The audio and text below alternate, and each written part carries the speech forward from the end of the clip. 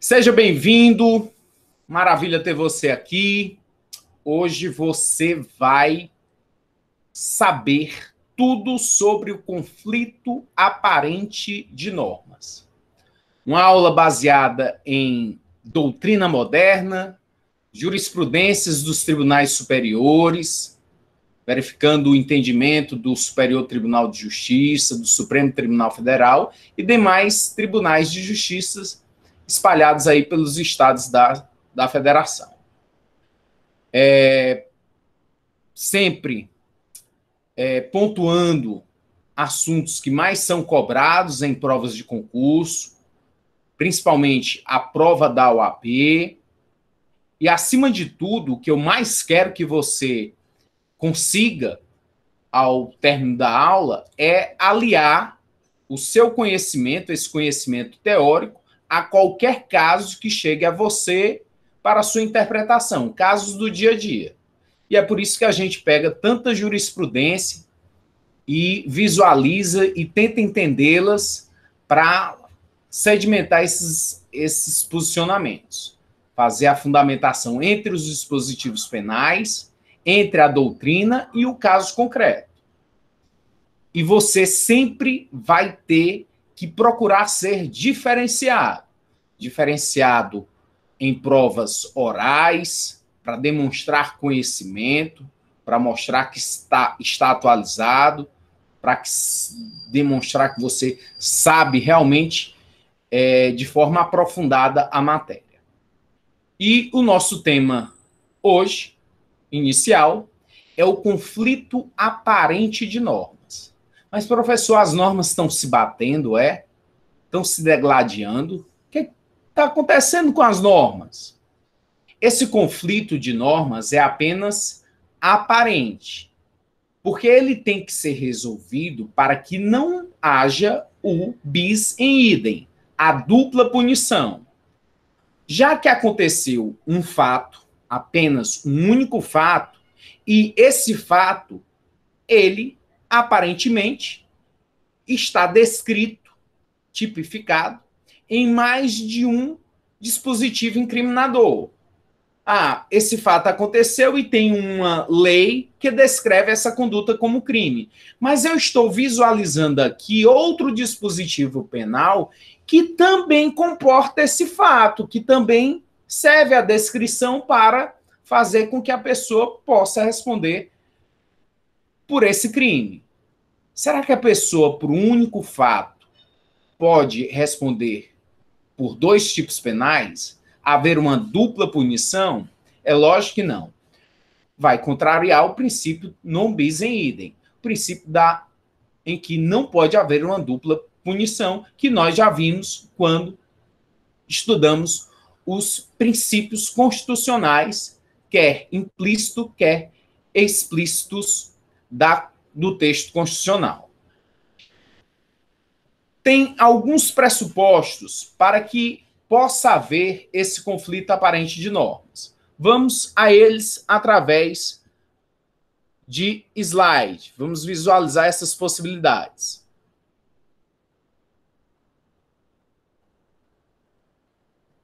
Conflito aparente de normas ocorre quando há duas ou mais normas incriminadoras tipificando o mesmo fato. Porém, apenas uma norma é aplicada à hipótese. Daí podem ser tirados alguns elementos para a existência desse conflito. Primeira coisa, é um único fato. A pessoa praticou um fato apenas, uma única conduta. Vai haver mais de uma norma descrevendo esse fato praticado como crime. Ambas as normas, elas têm validade, têm vigência. Não é conflito de leis penais no tempo, não. As normas que você está verificando para ver qual a que realmente se enquadra ao caso concreto, ao fato praticado, as duas estão em vigor. Elas existem, estão em vigência e são válidas. mas só uma poderá vir a ser aplicada. 3. Aparente aplicação de todas essas normas ao mesmo fato. Por isso que chama de conflito aparente de normas, porque apenas uma dessas normas será, de fato, aplicada ao caso em concreto. E 4. Efetiva aplicação de apenas uma delas. Então, desses requisitos, desses vetores, o que nós temos, de fato, é a unidade do fato, um único fato, e pluralidade de normas. Primeiro exemplo que eu vou lhe passar para já abrir o horizonte. E eu vou lhe encher de exemplos aqui nessa aula para você compreender esse conflito aparente de normas e poder aplicar. Imagine que eu tenho a intenção de matar um desafeto, um inimigo meu. E eu faço isso. Eu vou lá, localizo meu inimigo, chego lá com uma faca e dou a primeira estocada nele. Desferi uma facada na barriga dele. Morreu? Não morreu. Se ele não morreu, mas eu, pela primeira facada, já provoquei uma lesão corporal. Para essa primeira facada, nós temos o crime de lesão corporal do artigo 129 do Código Penal. Ofender a integridade corporal ou a saúde de outrem. Pena detenção de 3 meses a 1 ano. Eu fiz isso? Fiz. Eu dei uma facada provocando lesão corporal. Parei por aí? Não parei por aí. Até porque minha intenção não é lesionar, minha intenção é matar. Eu vou e dou a segunda facada. Dou a terceira facada. Nessa segunda, terceira facada, eu já não estou mais no artigo 129, caput, que é a lesão corporal leve. Eu já estou na lesão corporal de natureza grave, do parágrafo 1º, que diz assim: se resulta essa lesão, inciso 3, debilidade permanente de membro, sentido ou função. Se nessa terceira facada eu conseguir trazer uma debilidade de uma função de um membro ou de um sentido da pessoa, por o olho da pessoa, eu já estou na lesão corporal grave, que tem uma pena de reclusão de 1 a 5 anos. Não é mais a pena do caput do artigo 129, que é a pena de detenção de 3 a 1 ano. E sim pena de lesão corporal grave, que é de 1 a 5 anos. Eu finalizei? Não. O sujeito não morreu, não é morredor. E aí preciso o quê? Preciso desferir mais facadas. Esfaqueei mais. Estou na 10ª facada ao meu desafeto. E agora, na 10ª facada, eu já pulei, já saltei para lesão corporal de natureza gravíssima, estabelecida no parágrafo 2º do mesmo artigo 129. Diz assim: se resulta, inciso 3 do parágrafo 2º, perda ou inutilização do membro, sentido ou função, pena reclusão de 2 a 8 anos. Se agora, com essa 10ª facada, o sujeito fez, foi, perdeu, foi inutilizado um membro, um sentido ou uma função, é lesão corporal gravíssima. Eu comecei na lesão leve, fui para a lesão grave e estou na lesão gravíssima. Tá morto? Ainda não. Vou dar mais uma facada. Desferi mais uma facada. Matei. Agora que ele está morto, nós temos o artigo 121 do Código Penal. Homicídio simples, artigo 121, matar alguém. Pena reclusão de 6 a 20 anos. Notem que o que eu fiz foi um único fato, a unidade de fato. E há uma pluralidade de normas. Normas que são válidas e que são vigentes. Que pluralidade de normas são essas? São as normas do artigo 129, que é lesão, lesão grave, lesão gravíssima. Será então que eu vou ser condenado, eu vou ter que responder por lesão corporal leve, por lesão grave, lesão gravíssima e homicídio? Eu vou ter que ter as penas de todos os dispositivos somadas? Não. Por quê? Por conta de haver um conflito aparente de normas, que é solucionado por 4 princípios. Princípio da subsidiariedade, princípio da consunção, princípio da especialidade e princípio da alternatividade. Alternatividade que uma parte da doutrina nem entende que realmente seja um conflito aparente de normas. Mas vamos trabalhar com os 4 princípios. Pelo princípio da consunção, que nós vamos estudar, o crime meio, ele acaba sendo absolvido pelo crime fim. Se, na verdade, eu queria o crime fim, mas tive que passar por crimes meios para chegar ao fim, ou seja, para obter a morte, eu tive que passar por lesão.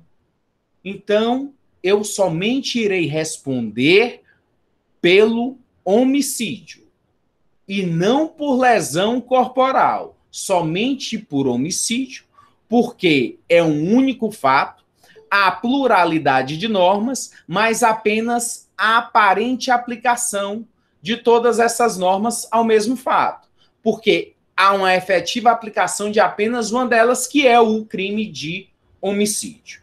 Então, já deu para dar uma clareada em relação ao que vem a ser o conflito aparente de normas, e eu vou lhe convidar para nós vermos cada um desses princípios, com muitos exemplos, e assim você não vai ter nenhuma dúvida de quando aplicar esses princípios e verificar que há, de fato, um conflito aparente de normas em casos que cheguem ao seu conhecimento.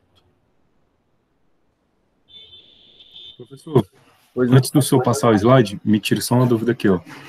Qual é a diferença de debilidade permanente de sentido e inutilização de sentido?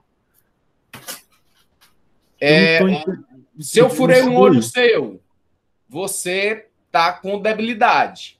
Se eu furei seus 2 olhos, você perdeu. Perdeu a visão.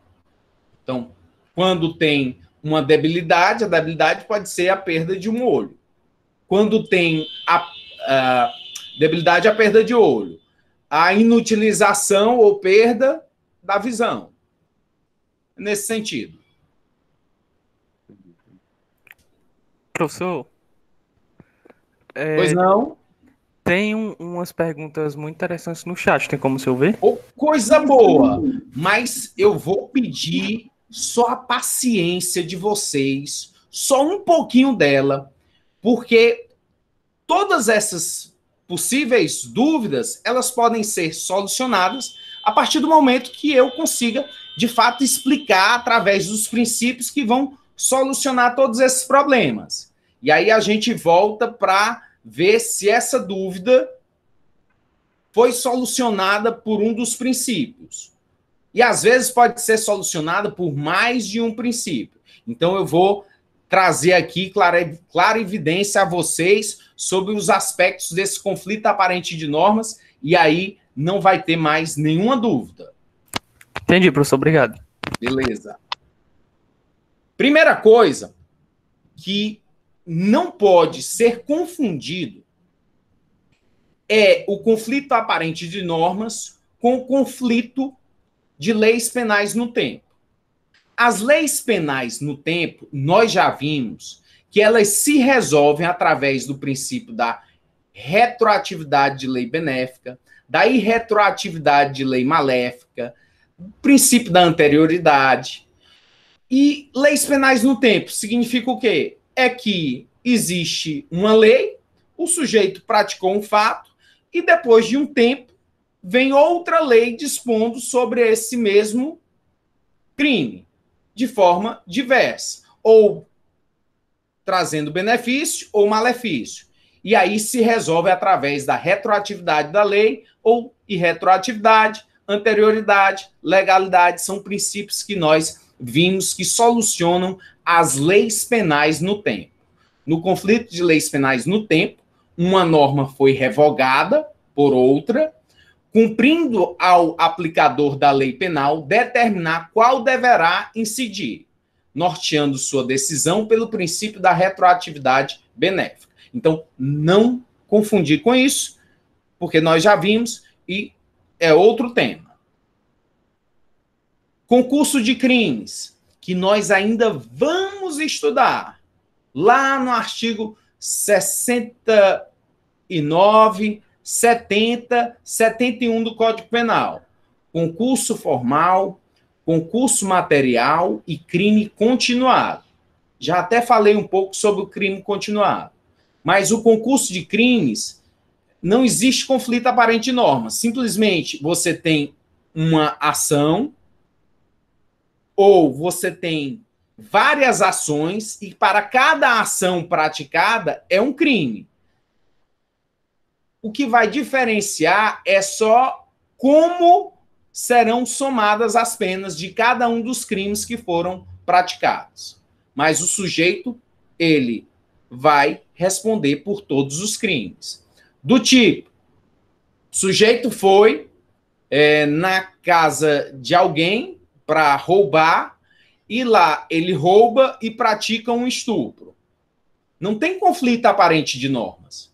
O sujeito praticou um crime contra o patrimônio e o sujeito praticou um crime contra a liberdade sexual. Bens jurídicos distintos, fatos distintos e penas que serão somadas. É o concurso de crimes. Mais de uma ação produzindo vários crimes, mesmo que seja em um único contexto. No concurso de crimes, a conduta do sujeito, única ou múltipla, ofende bens jurídicos distintos. Não há conflito se no mesmo fato, por exemplo, existe um estupro e um furto. Eu pego, atropelo e mato 10 pessoas. Quantos crimes? Quantos crimes? 10. Atropelei e matei quantos? 10. Mas, professor, foi um único ato. Tá, mas foi um único ato que produziu 10 mortes. Cada vítima é um bem jurídico protegido pelo Estado, que é a vida dessa pessoa. Então, são 10 homicídios, e pelos 10 homicídios eu responderei. Ao final, o juiz me condenará e somará cada uma dessas 10 penas dos 10 crimes. Concurso de crimes. Então, não confundir. Feita essa observação, para não haver nenhuma confusão acerca de temas distintos, vamos começar a ver os princípios que vão dirimir qualquer dúvida sobre o conflito aparente de normas. São necessários os seguintes elementos. Nós já vimos: unidade de fato, pluralidade de normas, a aparente aplicação de todas as normas ao mesmo fato, efetiva aplicação de apenas uma delas. Estes são os pressupostos. E aí, como resolver? Através de 4 princípios. Especialidade, lex speciale deroga generale, a lei especial vai derrogar a geral, a lei especial afasta a geral, a lei especial diz tudo que a lei geral diz, com mais alguns elementos denominados especializantes. O princípio da especialidade, princípio da subsidiariedade, lex primaria derogat subsidiária, traz os mesmos elementos que a geral e amplia. Consunção, lex consumem derogat consumter. Alternatividade, nós vamos ver também que são ações múltiplas. Então, vamos ver minuciosamente cada um desses princípios para você ter bem sedimentado cada um deles. Mas não se preocupe também se você conseguir resolver uma determinada situação por mais de um deles. Não há problema algum. Em detrimento de ser importante, o que é importante é a resolução do conflito, para dirimir, para não poder trazer a dupla punição, o bis em idem. Primeiro princípio que nós vamos verificar agora é o princípio da especialidade. Prevalece uma norma penal específica em relação à norma geral, pois ela reúne todos os elementos desta, acrescidos de mais alguns, denominados especializantes. Isto é, a norma especial acrescenta elemento próprio à descrição típica prevista na norma geral.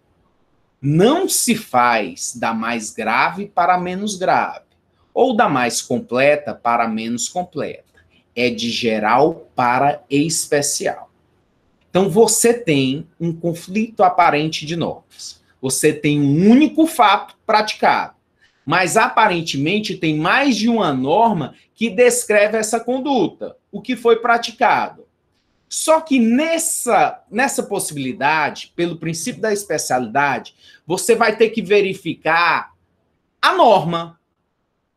Você olha a lei, a norma, a descrição da conduta no texto legal e verifica se no texto legal uma das normas ela é especial. Porque se ela for especial, ela vai prevalecer sobre a geral. Como é que eu vou saber se uma norma é especial? A norma especial tem elementos especializantes, que só ela tem e a norma geral não tem. Normalmente, há a criação de dispositivos penais em leis extravagantes, leis especiais, como o Estatuto do Desarmamento, a Lei Antidrogas, a Lei Ambiental. Todas são leis especiais. O que tiver na lei especial vai prevalecer sobre a norma geral. Exemplo. Primeiro exemplo. Furto.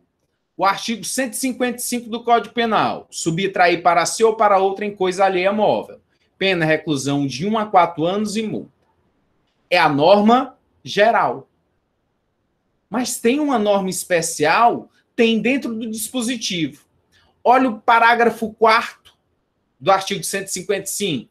Diz o seguinte: a pena é de reclusão de 2 a 8 anos, não é mais de 1 a 4, é de 2 a 8 anos e multa se o crime é cometido. Inciso 1, com destruição ou rompimento de obstáculo à subtração da coisa. Essa norma do parágrafo 4º do artigo 155, ela é especial em relação à norma do artigo 155, que é geral. O que você não pode fazer é punir o sujeito com a pena do artigo 155, de 1 a 4 anos, juntando a pena do parágrafo 4º, de 2 a 8 anos. É um bis em idem. Então, pela especialidade da norma, a norma especial, que é o dispositivo do artigo 155, parágrafo 4º, inciso 1, vai prevalecer sobre a norma do artigo 155, porque ela é especial. O princípio da especialidade é o único que o próprio legislador descreveu, tem a previsão legal. O artigo 12 do Código Penal diz o seguinte, sobre legislação especial. As regras gerais deste Código aplicam-se aos fatos incriminados por lei especial, se esta não dispuser de modo diverso. Então, a lei especial vai prevalecer sobre a norma geral. Então, você tem, e aí até coloquei alguns livros só sobre legislação especial, que é dita legislação extravagante, que não está dentro do corpo do Código Penal, do artigo 1º ao 360, 61, 65, 66. Não está lá no Código Penal. Está o quê? Em leis especiais. E aí você vai ter lei antidrogas, lei de desarmamento, estatuto de desarmamento, estatuto do idoso, vai ter a lei de tortura, crimes ambientais, código de trânsito, código eleitoral, todas leis especiais. Se essa lei especial, se estiver lá dispondo nela um determinado descrição e na parte geral do Código Penal tiver outra descrição sobre o mesmo fato, aparentemente, sobre o mesmo fato, a norma especial irá prevalecer. Mais um exemplo que eu vou lhe dar. O artigo 121 do Código Penal, ele acaba sendo geral. Matar alguém. Pena, reclusão de 6 a 20 anos. Mas nós temos o crime do infanticídio. O que é o crime do infanticídio? Quando a própria mãe mata o filho, logo após o parto, durante o parto ou logo após. Professor, quer dizer que o infanticídio ele é um crime previsto no Código Penal, onde a mãe mata o filho. Isso. Mas, professor, matar o próprio filho não é matar alguém? É. Então, matar alguém é a norma geral. O infanticídio é a norma especial. A mãe que matou o próprio filho não responderá pelo tipo penal do artigo 121, que é a norma geral, matar alguém, e o tipo penal do artigo 123, que é matar, sob a influência do estado puerperal, o próprio filho, durante o parto ou logo após, que tem uma pena de detenção de 2 a 6 anos. O estado do puerpério é um estado depressivo, que muitas mães acabam tendo. E aí, nesse estado de depressão, nesse estado de loucura, mas não traz a inimputabilidade, essa possibilidade, e sim a punição pelo crime do artigo 123, infanticídio. Norma especial prevalece sobre a norma geral. O que tem na norma especial? Elementos especializantes. Elementos que a norma geral não possui. O que a norma geral aí possui? Matar alguém. Qualquer pessoa. Matar alguém. O que nesse crime do infanticídio essa norma especial tem? Ela tem a mãe, ela tem o estado do puerpério, porque se a mãe não estiver no estado do puerpério e matar o próprio filho, ela está cometendo o crime de homicídio e não infanticídio. Tem que ser logo após ou durante o parto. Se for muito tempo depois, é homicídio, não é infanticídio. A norma especial prevalece sobre a norma geral. Professor. Pois não. Teria como o senhor explicar novamente aquele primeiro caso que o senhor citou do furto do artigo 155? Não ficou um pouco confuso para mim. O artigo 155, Virgínia, obrigado. Ele é geral, furtar. Então, se você vai e tá lá um carro aberto, você tá passando, viu um objeto dentro do veículo, estava passando na rua, e você colocou a mão e puxou esse objeto, uma bolsa, e foi embora. Crime do artigo 155 do Código Penal. O vidro do carro era fechado. Você viu a bolsa e você quebrou o vidro para levar a bolsa. É furto. É furto. Só que é um furto qualificado. Qualificado em detrimento da destruição, do rompimento de obstáculo. É uma qualificadora do crime de furto. Tem uma pena diferenciada, uma pena bem maior do que o furto. Quando há o rompimento de obstáculo, é o crime de furto qualificado. A pena é de 2 a 8 anos. A pena do furto, do 155, é de 1 a 4 anos. O que não pode ocorrer é você ser punida pelas duas penas. A pena do 155 com a pena do furto qualificado. Essas duas penas não podem ser somadas para fazer com que você responda e seja punido por elas. Não. Vai haver o princípio da especialidade. A norma especial prevalece sobre a norma geral. A norma especial tem elementos especializantes. Quais são os elementos especializantes no caso? É o rompimento de obstáculo.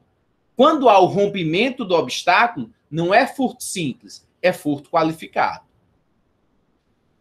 Espero que tenha dado para compreender nesse exemplo, mas vou lhe trazer aqui outros exemplos do princípio da especialidade. Deu sim, ficou entendido. Obrigada. Valeu. O artigo 334-A do Código Penal. Importar ou exportar mercadoria proibida. Acaba sendo genérico, geral. Qualquer mercadoria proibida é considerado contrabando. Mas veja só, e se essa mercadoria proibida for cocaína, maconha? Será que eu vou responder também por contrabando? Eu vou responder por tráfico de drogas, do artigo 33 da Lei 11.343 de 2006, da Lei Antidrogas, e vou responder pelo 334 do Código Penal? Não. Seria um bis em idem. Eu seria punido duas vezes pelo mesmo fato. Qual é o fato? De eu ter trazido cocaína aqui para o Brasil. Trouxe cocaína. Trouxe cocaína. Então é 334, contrabando e tráfico de drogas? Não é. É apenas tráfico de drogas. A lei do tráfico de drogas, ela é especial. Ela trata única e exclusivamente sobre a questão das drogas. O artigo 33 tem um elemento especializante em relação à mercadoria. A mercadoria proibida. Essa mercadoria proibida é a droga. Então, você vai aplicar o caso concreto apenas a norma do artigo 33 da Lei Antidrogas. E não o 33 juntamente com o artigo 334-A, que trata do contrabando. Apesar de essa conduta se subsumir, se justapor ao quê? Ao que está descrito no artigo 334-A. Veja que a conduta que foi praticada, ela cabe bem direitinho no 334-A, que diz o quê? Importar ou exportar mercadoria proibida. A droga é uma mercadoria proibida. Se eu importei ela, era para eu estar no 334. Só que teria, por consequência, uma dupla punição, porque o fato é só um. Foi eu ter importado cocaína.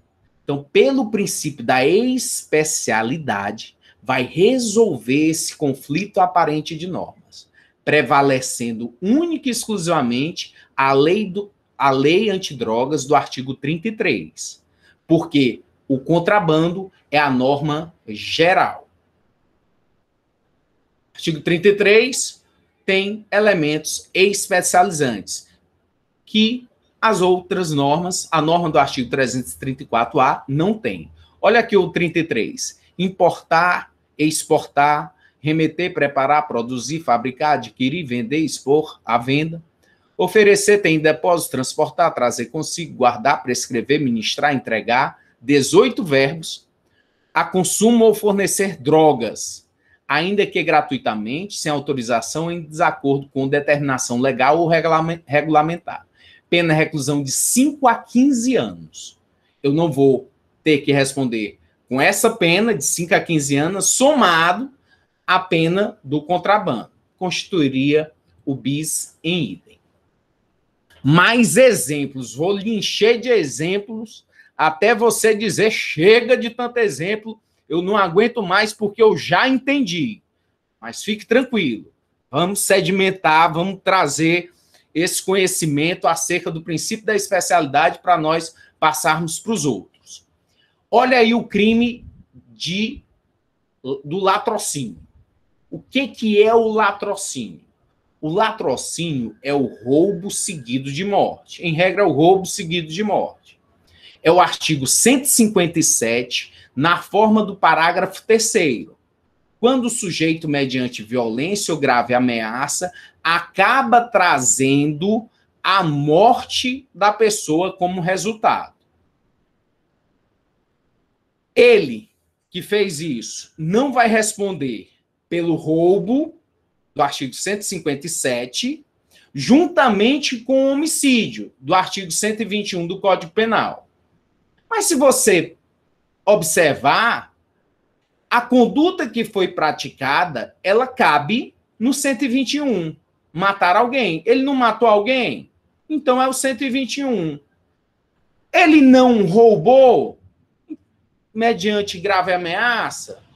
Mediante violência? Então é o 157. Olha para o dispositivo, como dá certo, como dá para empurrar. O 157 diz o seguinte: subtrair coisa móvel alheia para si ou para outrem, mediante grave ameaça ou violência à pessoa, ou depois de havê-la, por qualquer meio, reduzido à impossibilidade de resistência. Pena, reclusão de 4 a 10 anos e multa. Esse é o roubo. O que é o latrocínio? É o roubo qualificado, que a pena não é essa do CAPT. A pena é aumentada, tem um valor, tem um acréscimo de pena. A pena aqui, se resultar a morte, é de 20 a 30 anos. Se da violência resulta, inciso 1, lesão corporal grave, a pena é reclusão de 7 a 18 anos e multa.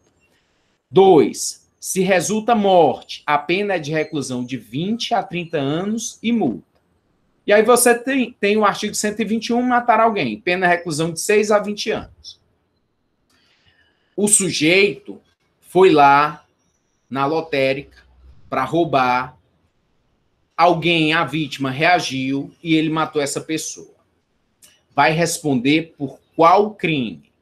Ele irá responder pelo crime do artigo 157, parágrafo 3º, inciso 2, que é o latrocínio, roubo que resultou na morte da vítima. Ele não irá responder por homicídio do artigo 121, juntamente com o artigo 157 CAPT, que tem a pena de 4 a 10 anos, e o parágrafo 3º, que tem pena de 20 a 30. Você não vai somar todas essas penas. Você não vai imputar todas essas condutas criminosas ao sujeito. É um bis em idem, é uma dupla punição. Porque há uma especialidade na lei. A lei foi criada de forma especial para completar, para trazer exata a descrição de pessoas que praticam esse tipo de conduta.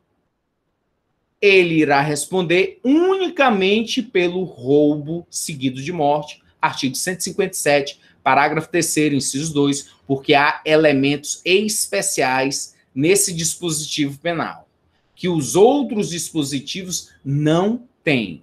É o sujeito que praticou um crime contra o patrimônio e resultou a morte de alguém. Latrocínio.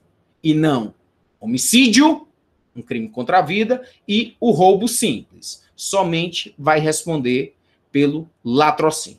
Princípio da especialidade. A norma especial prevalece sobre a norma geral. Quem é a norma geral aí no caso? É o artigo 121, é o artigo 157 do Código Penal. Quem é a norma especial? A norma especial é essa do artigo 157, parágrafo 3º. Professor, estou cansando de tanto exemplo da especialidade. Tá bom, já chega, já entendi. Espera mais um pouquinho. Tem mais uns exemplos aqui para você sair aqui tinindo em relação a esse princípio. Olha uma jurisprudência aqui que eu coletei acerca do princípio da especialidade do Tribunal Regional Federal. O conflito aparente se instala quando, havendo duas ou mais normas incriminadoras e um fato único, o agente, mediante uma única ação ou omissão, ofende aparentemente tais normas, na hipótese, uma norma prevista em lei ambiental e outra na lei que trata dos crimes contra a ordem econômica. No conflito aparente de normas, há unidade do fato e pluralidade de normas. A ofensa ao mundo naturalístico ocorre uma única vez. 2. Olha o que foi o fato. Praticando o agente a lavra clandestina de argila. Lavra clandestina de argila. Isso quando eu era menino, lá no Rio Parnaíba, no Rio Poti, lá no Piauí, era só o que tinha. Pessoal fazendo lavra lá clandestina de argila. Que está na Lei 9.605, de 98, artigo 55, que é a Lei Ambiental. Não lhe pode ser imputado também concomitante, outro dispositivo, que é o qual? O crime previsto no artigo 2º da Lei 8.176, de 1991, que é explorar matéria-prima pertencente à União Federal, sem autorização legal ou em desacordo com as obrigações impostas pelo título autorizativo. 3.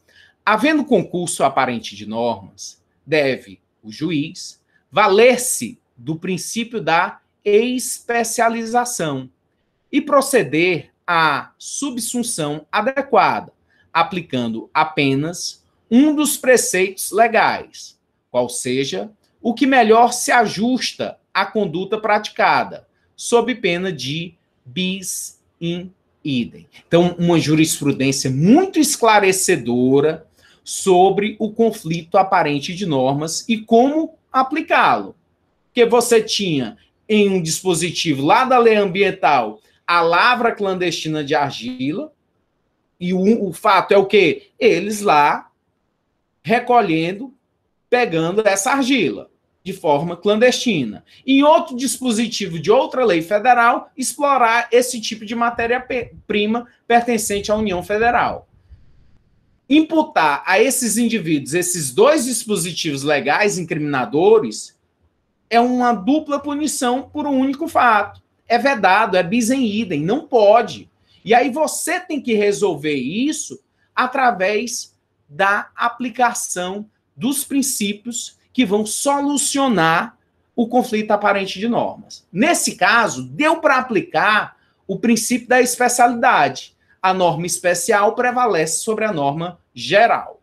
Esse foi o entendimento do Tribunal Superior. Mais uma jurisprudência, mais um exemplo, agora do Superior Tribunal de Justiça, jurisprudência do STJ. 1.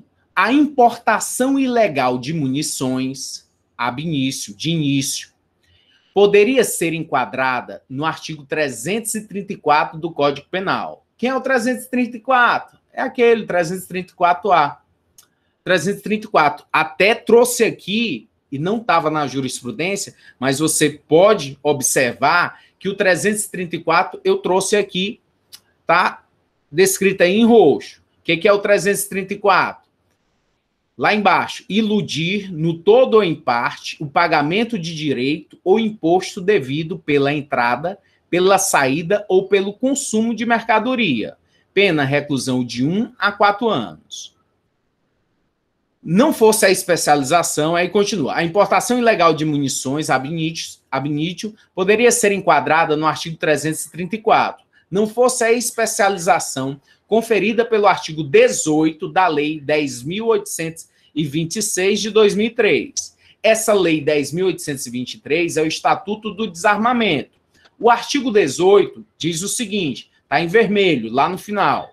Artigo 18. Importar, exportar, favorecer a entrega ou saída do território nacional, a qualquer título, de arma de fogo, acessório ou munição, sem autorização da autoridade competente. Pena, reclusão de 8 a 16 anos e multa. Então vamos lá, voltando aqui para o ponto 2 da jurisprudência. Tipificada a conduta de importar munição sem autorização da autoridade competente, não há que se falar em crime de contrabando. 3. É assente que cabe ao aplicador da lei, em instância ordinária, fazer um cotejo fático e probatório a fim de verificar se encontram presentes ou não os elementos constitutivos do tipo, no caso em apreço, bem como se existe dolo na conduta perpetrada pelo agente. Então você está diante de uma pessoa que importou munição. Aí ele importou munição? Foi. Munição é uma mercadoria que ele poderia ter importado? Não. É uma mercadoria proibida. Tá, mas é uma mercadoria proibida. Ele contrabandeou. Ah, mas é munição. Se fosse outra mercadoria, a gente enquadrava no 334. O 334 ele acaba sendo a norma geral para coibir importação e exportação de mercadorias. O artigo 18 do Estatuto de Desarmamento é uma lei especial, contém elementos especializantes. Lá está discriminado qual é a mercadoria proibida. É munição. Se ele trouxe munição importando de forma não autorizada, ele vai responder pelo artigo 18 do Estatuto de Desarmamento, e não pelo artigo 334, que é norma geral. Artigo 18 é a norma específica porque tem elementos especializantes. Tem elementos que só ela tem, só a norma tem, e a outra não tem. Portanto, acaba-se o conflito aparente de normas, não vai haver dupla punição, porque o sujeito vai responder pelo artigo 18 do Estatuto do Desarmamento. Essa foi a primeira etapa do conflito aparente de normas em relação ao princípio da especialidade. Eu vi que vocês mandaram um monte de dúvidas aqui, mas eu espero que eu tenha esclarecido a partir desse princípio da especialidade, porque os outros princípios eles irão responder o que não foi respondido pelo princípio da especialidade. Então, eu vou pedir, mais uma vez, um pouquinho mais de paciência para a gente chegar ao término dos princípios, e aí, se não forem respondidas as dúvidas em relação a esse conflito aparente, aí a gente consegue solucionar, ok?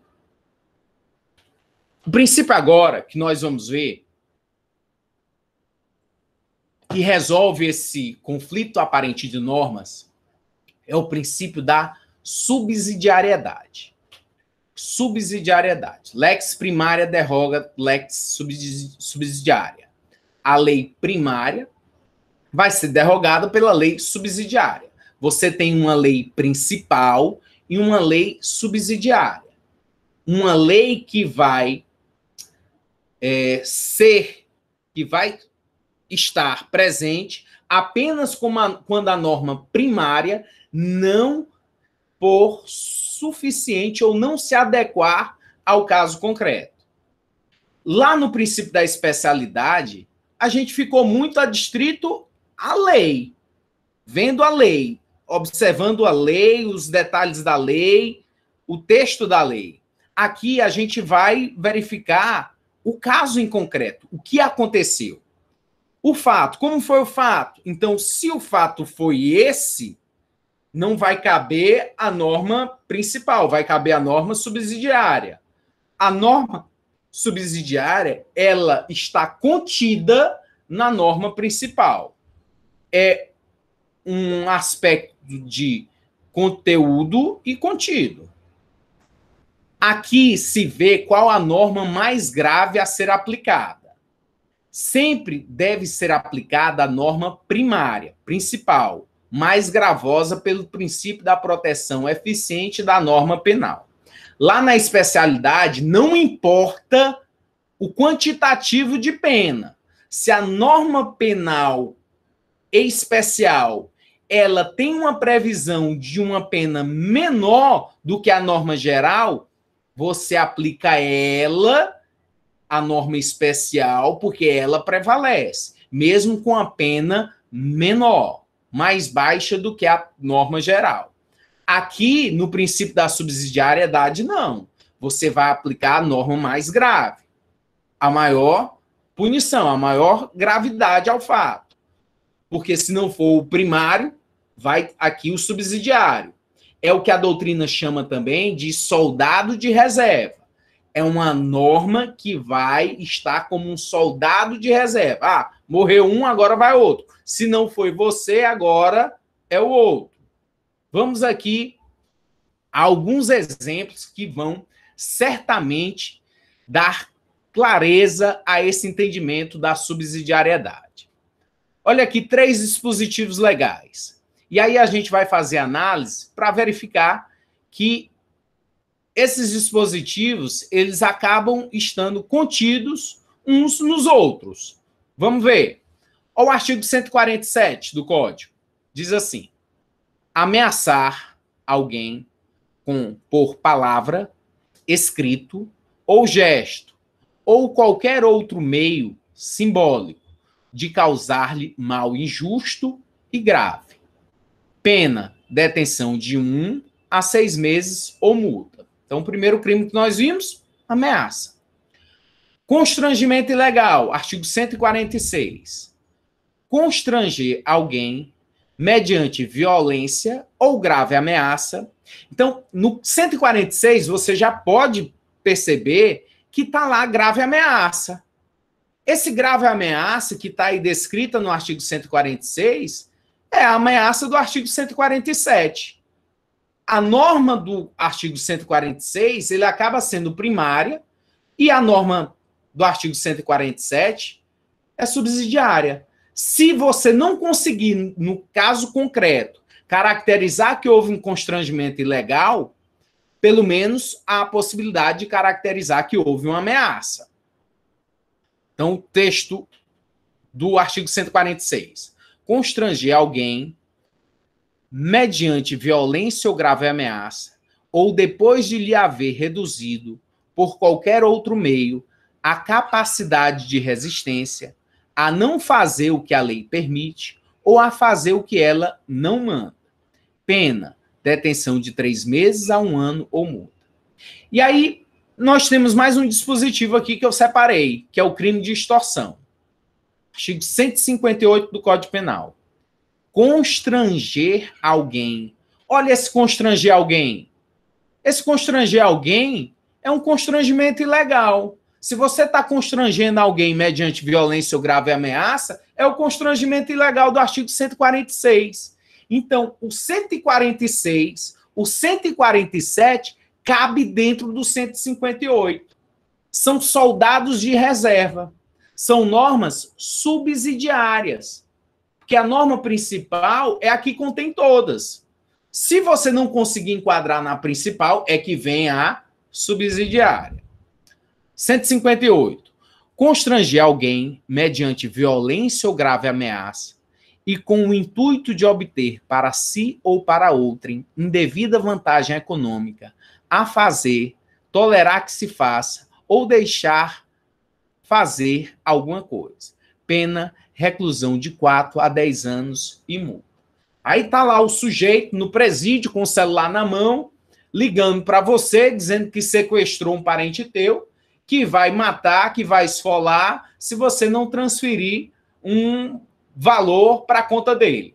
E aí você lá, apavorado, temeroso, após essa grave ameaça, porque você sentiu essa ameaça, você vai e faz essa transferência. Você foi extorquido. Se você não conseguir caracterizar essa extorsão, pelo menos é possível, a partir dos fatos que ocasionaram o fato, verificar se não houve um constrangimento ilegal. Se não foi extorsão, vamos ver a possibilidade da lei subsidiária, a lei que trata do constrangimento ilegal. Ah, não conseguiu caracterizar o constrangimento ilegal a partir do fato apresentado. Mas vamos ver se cabe a ameaça. É o soldado de reserva. Essa subsidiariedade, muitas vezes o legislador coloca ela de forma expressa. Ele mesmo diz, se o fato não constitui um crime mais grave, então é expressa. Outras vezes não, é de forma tácita, implícita.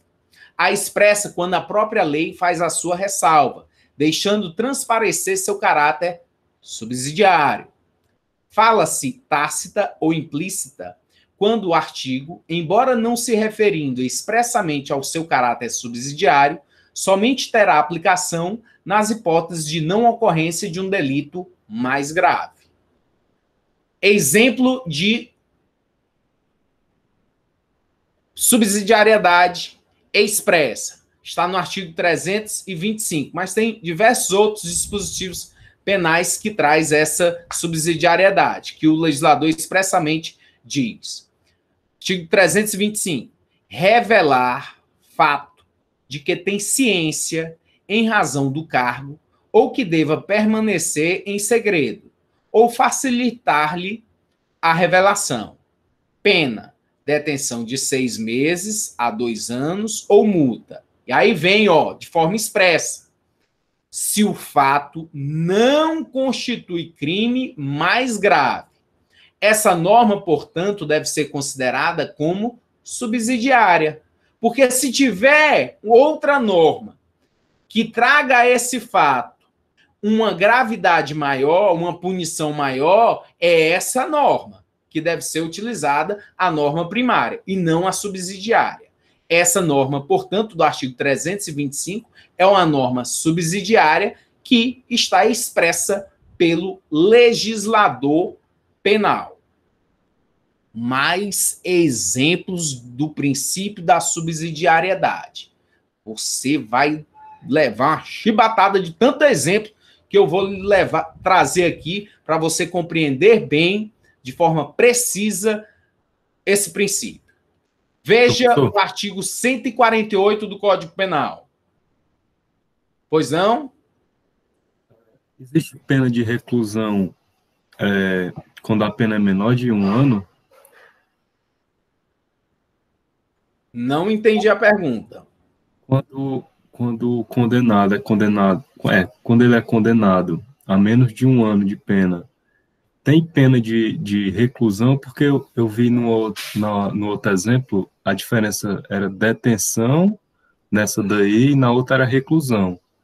Aí eu pesquisei aqui, eu vi que reclusão era para penas mais graves e detenção era para penas mais simples.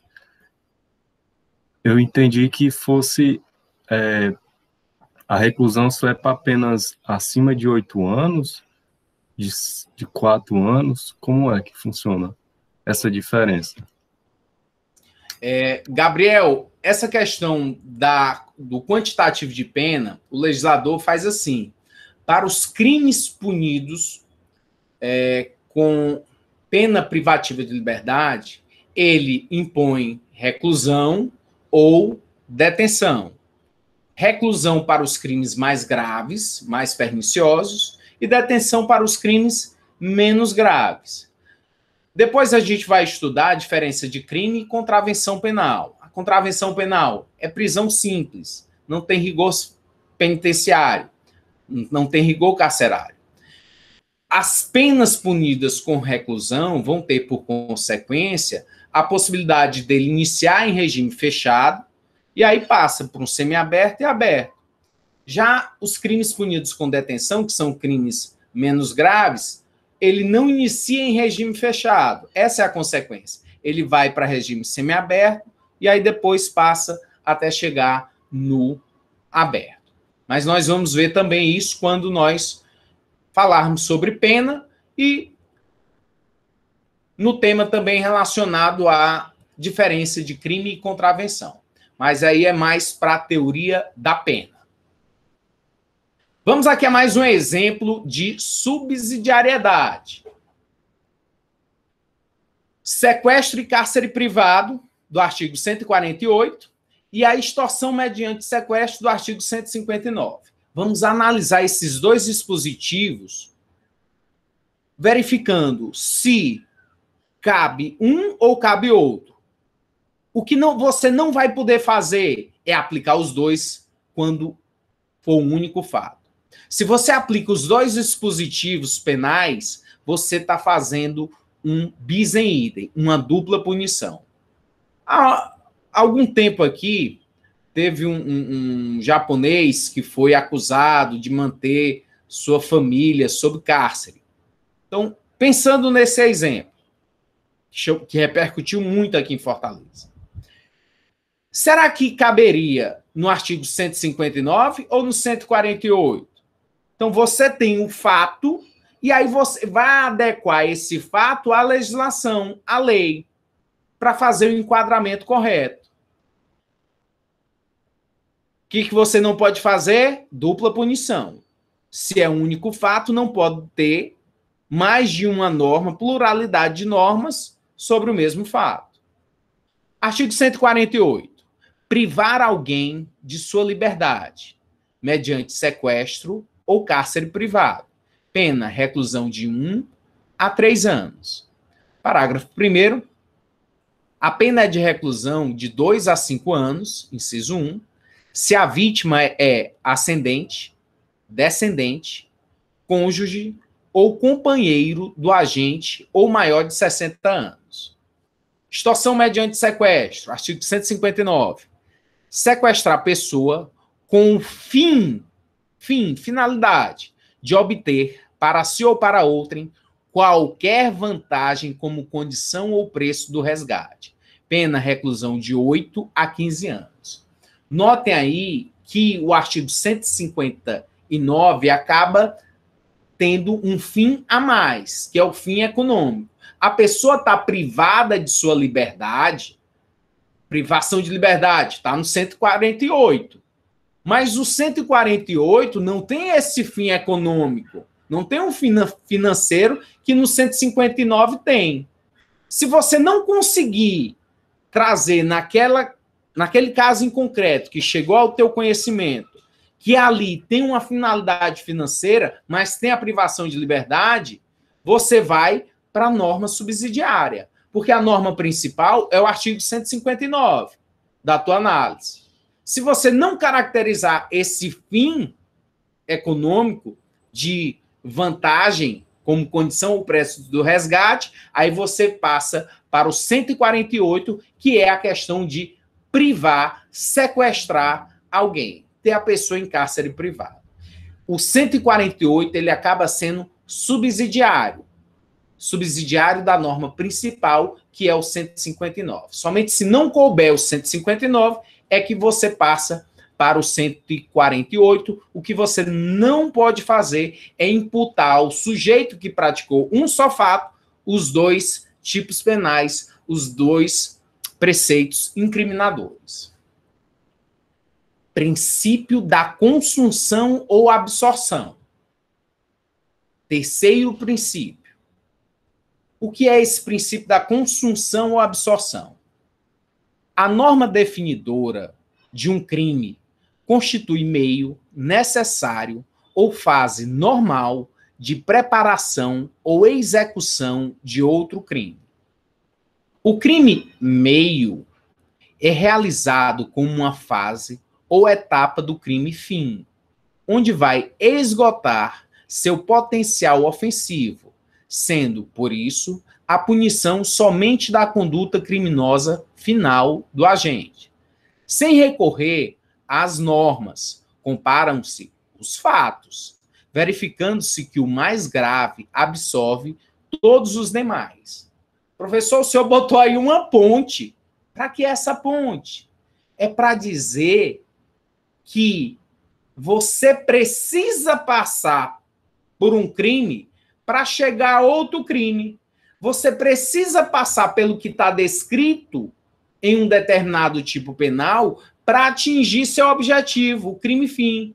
Então, esse crime que você teve que passar por ele para chegar ao crime fim, é absolvido.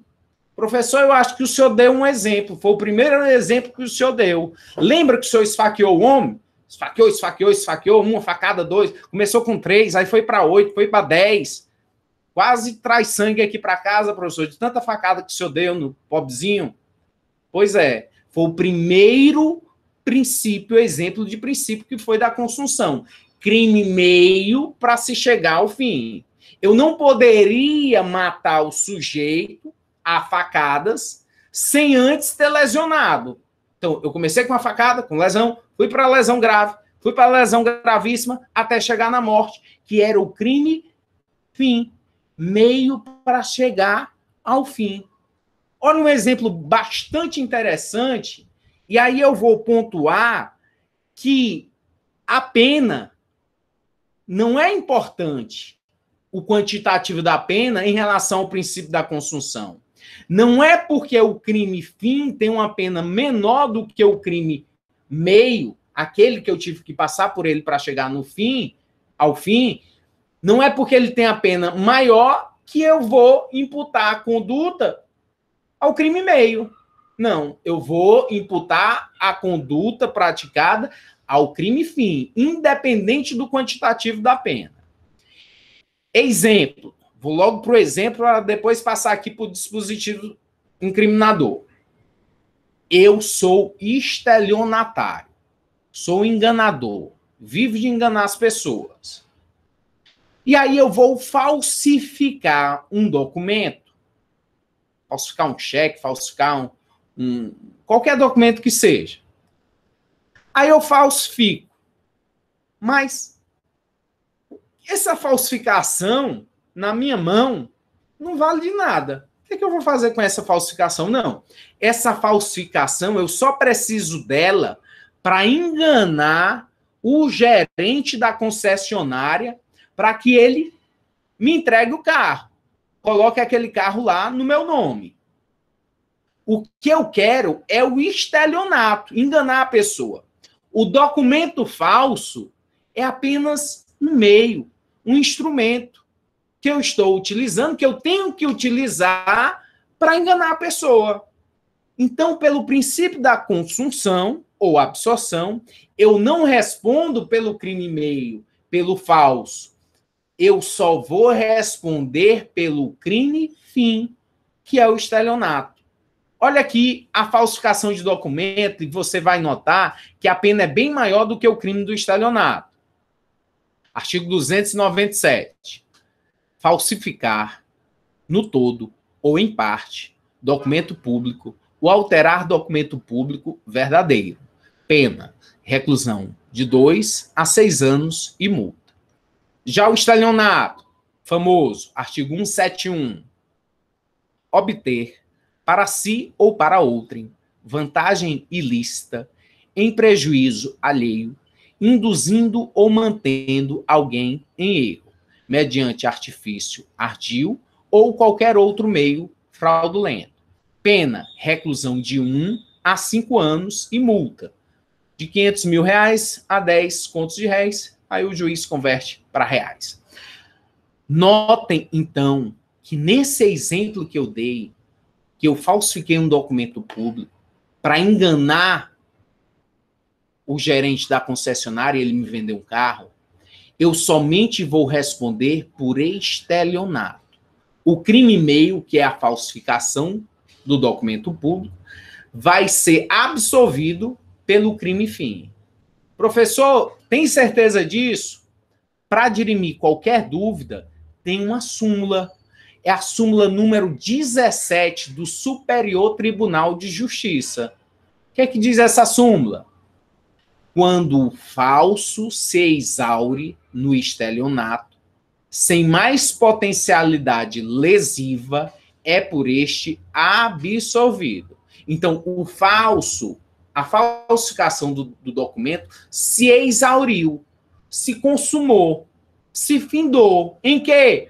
No estelionato. Então, o crime meio do falso vai ser absolvido pelo crime fim, que é o estelionato. Não vou responder pelo 297 e apenas pelo 171 do Código Penal. Invasão de domicílio para furtar.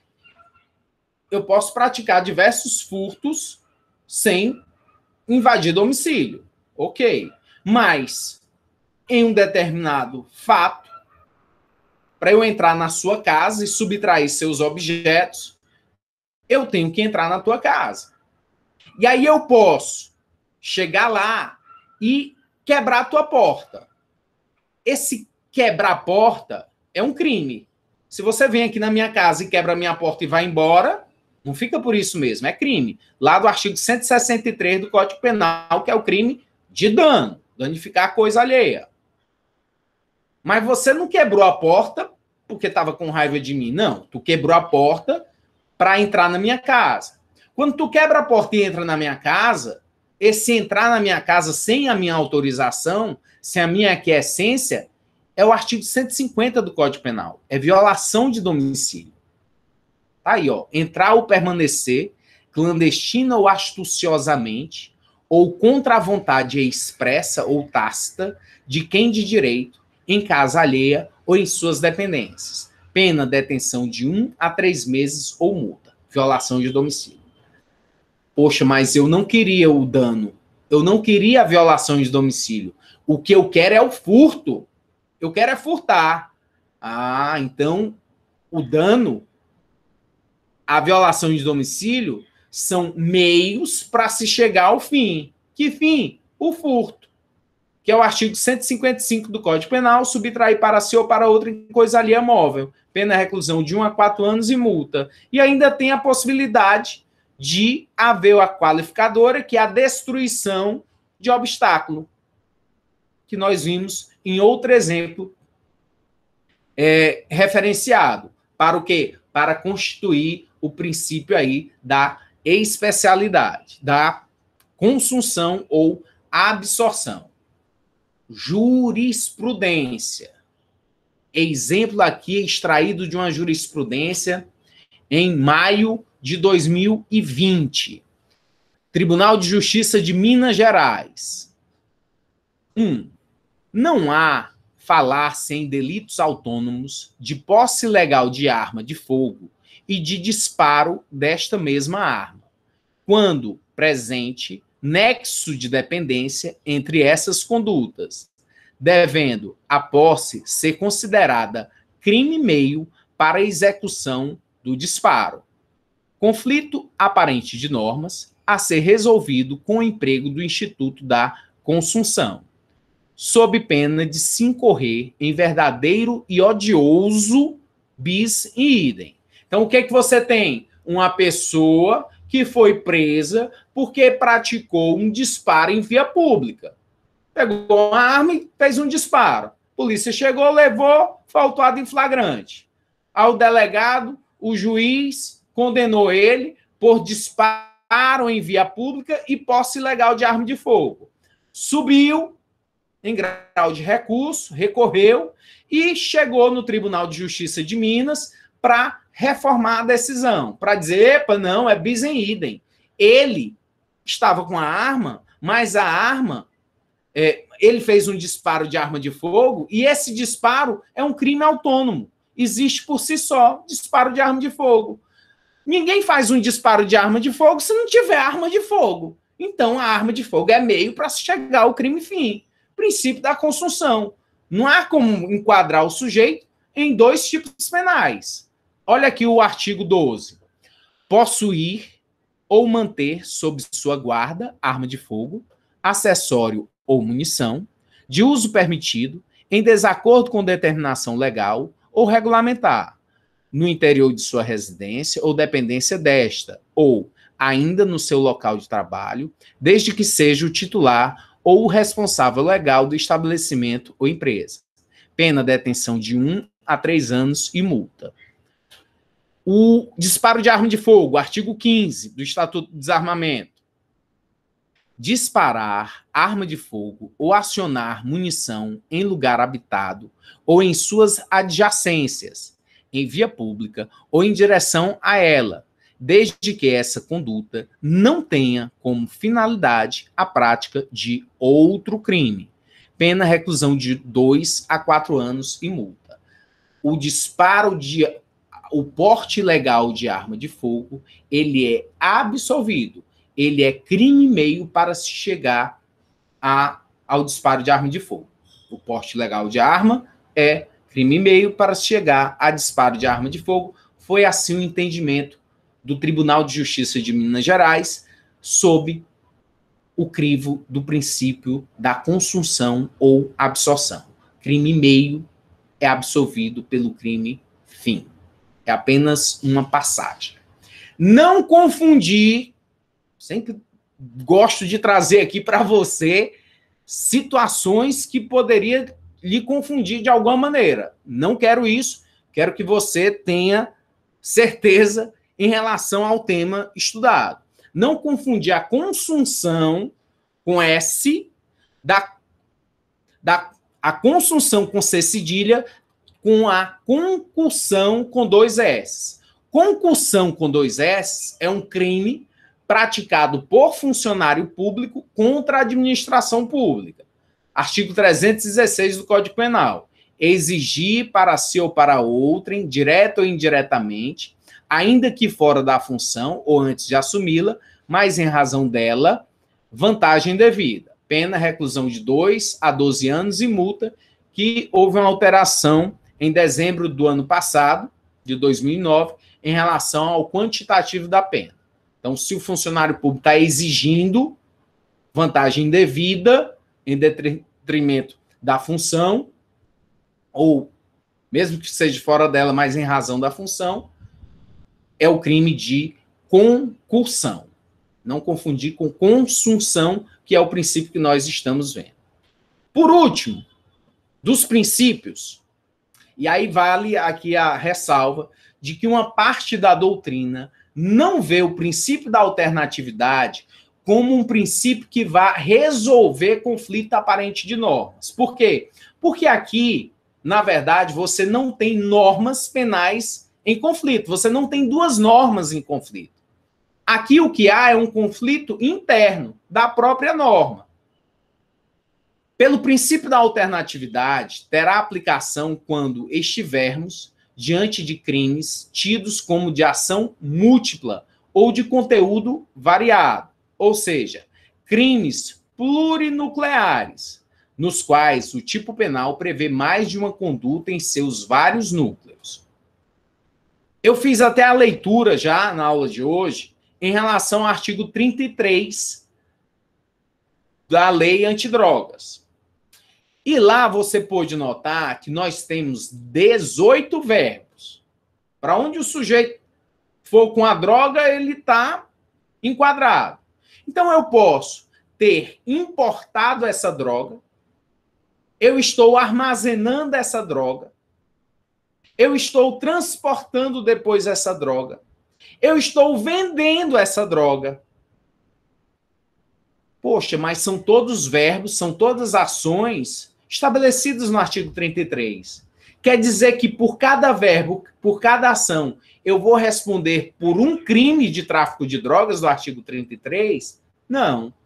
É o princípio da alternatividade. Então, quando no tipo penal, na descrição, você tiver ações múltiplas, vários verbos, você não vai responder por cada ação, por cada verbo que você tenha realizado a ação. Não. Você vai responder por um único crime. Você vai responder por tráfico de drogas. Mesmo quando você importou, transportou, teve em depósito, vendeu, mas é um único crime. Somente um crime.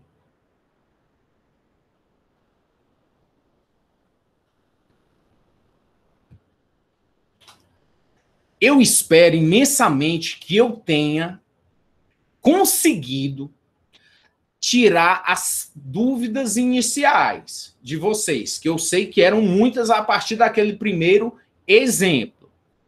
E agora nós vamos verificar, após essa elucidação de todos os princípios, verificar as dúvidas. Quem tiver dúvida, vamos ver agora e me digam se ficou muito esquisito, se não deu para entender. Querendo, eu repito, eu trago novos exemplos, vou atrás de outros exemplos para lhe ajudar a entender cada um desses princípios, para que não haja pelo intérprete dupla punição. E você viu ali na jurisprudência, que é odioso, olha como o julgador ele foi firme, ele disse que era odioso o bis em idem, fazer a pessoa ser punida 2 vezes pelo mesmo fato. Aquela da argila, queriam fazer com que os indivíduos fossem punidos 2 vezes por leis que tratavam do mesmo tema. Eu fico aqui à disposição para dúvidas. Gabriel está mandando aqui a primeira dúvida. Só oferecer a droga sem possuir para venda já configura o tráfico de drogas? Já, Gabriel. Só o fato de oferecer a droga já constitui o tráfico de drogas, sim. O legislador trouxe 18 verbos para não ter escapatória. E aí o sujeito ser punido. O Geobson está fazendo uma pergunta. Professor, as normas específicas foram criadas exclusivamente com o objetivo de agravamento da pena, tendo em vista a conduta já se encontrar tipificada na parte geral? Jobson, excelente pergunta. Obrigado pela participação.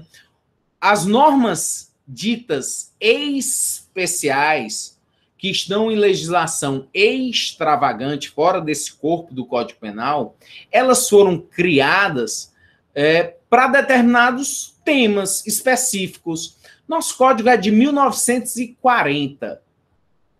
Em 1940, será que tratavam o meio ambiente como nós tratamos? O trânsito? A questão das armas era vista da mesma forma? Não. Então foi preciso criar leis específicas para cada tema. Mas há, Geobson, também uma proposta de alteração de toda a legislação penal que está tramitando no Congresso Nacional, a passos de tartaruga, para se fazer um único corpo do Código Penal, para enxugar.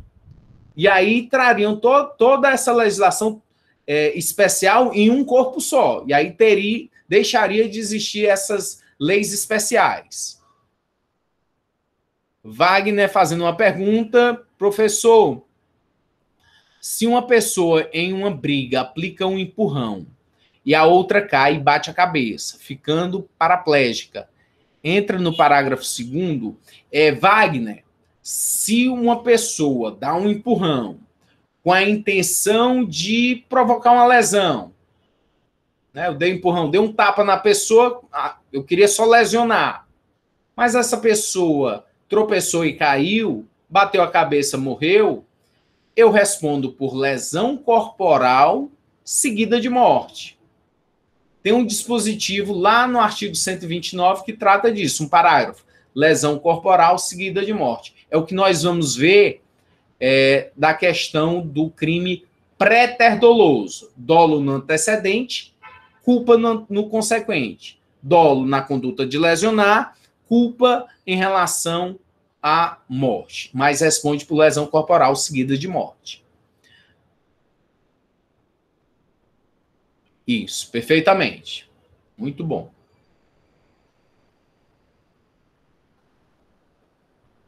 Eu vou dar uma olhada depois em cada uma das perguntas que foram feitas aqui por vocês, para ver se eu consegui, de fato, dirimir as dúvidas. E se não foi possível, eu vou mandar no privado, por torpedo ou WhatsApp, as dúvidas específicas. Se for uma dúvida que eu entenda que seja abrangente, que sirva para todo mundo, eu mando para todos.